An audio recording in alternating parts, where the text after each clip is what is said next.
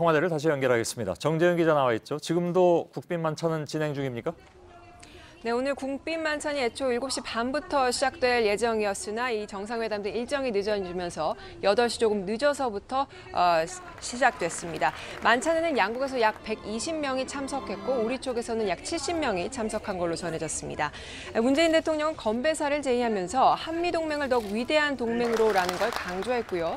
트럼프 대통령의 당선 1주년을 축하했습니다. 트럼프 대통령도 한반도의 자유와 평화를 강조하면서 화답했습니다. 오늘 영빈관에서는 공연도 진행될 예정인데요. 여기에는 KBS 교향악단과 연주가 정재희 씨, 가수 박효신 씨 등이 참석할 예정입니다. 예.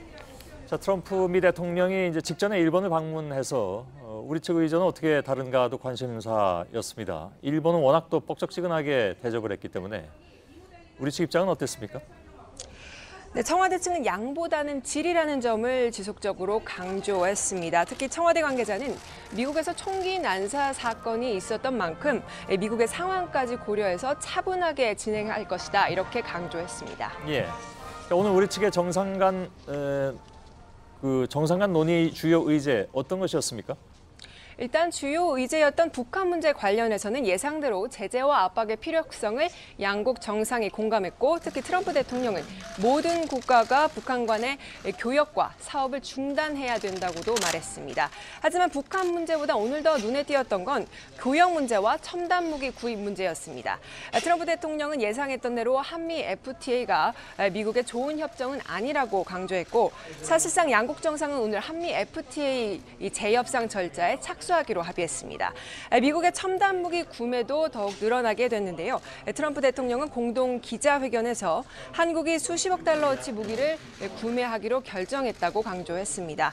공동 기자회견에 앞서 확대 정상회담에선 한국의 미국 무기 구매가 미국과 한국 간의 무역 적자 수치를 줄일 것이라고도 강조했습니다. 즉 무기 구매 문제 역시 이 무역 문제와 연결을 지은 겁니다. 예. 평택 기지를 놓고 트럼프가 이른바 이제 안보 무임 승차론을 얘기한 것 같습니다. 그 내용은 어떤 것이었습니까?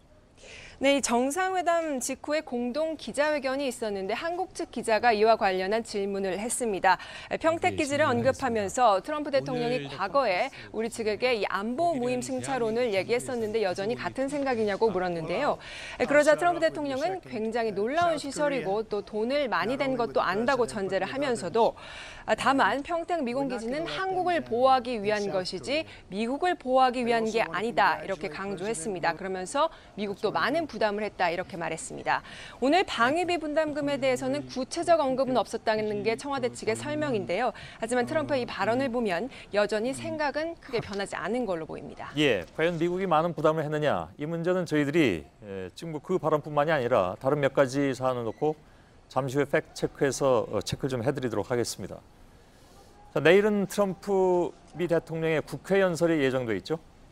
그렇습니다. 이 트럼프 대통령이 국회에 도착하는 시각은 약 오전 10시 45분경이 될 전망입니다. 국회에 도착한 후 직후에 먼저 정세균 국회의장과 여야 원내대표 등과 사전 환담을 갖습니다. 이후에 국회 연설이 있을 예정인데요. 약 22분간 동시통역 방식으로 진행이 됩니다. 여기에는 현재 국회의원들과 그리고 주한 외국대사 등 약 550명이 참석할 예정입니다.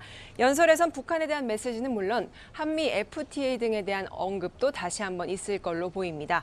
국회 주변엔 내일 8,000명 규모의 경찰 병력이 배치된다고 하는데요. 역대 최고 수준의 경호가 이뤄질 예정입니다.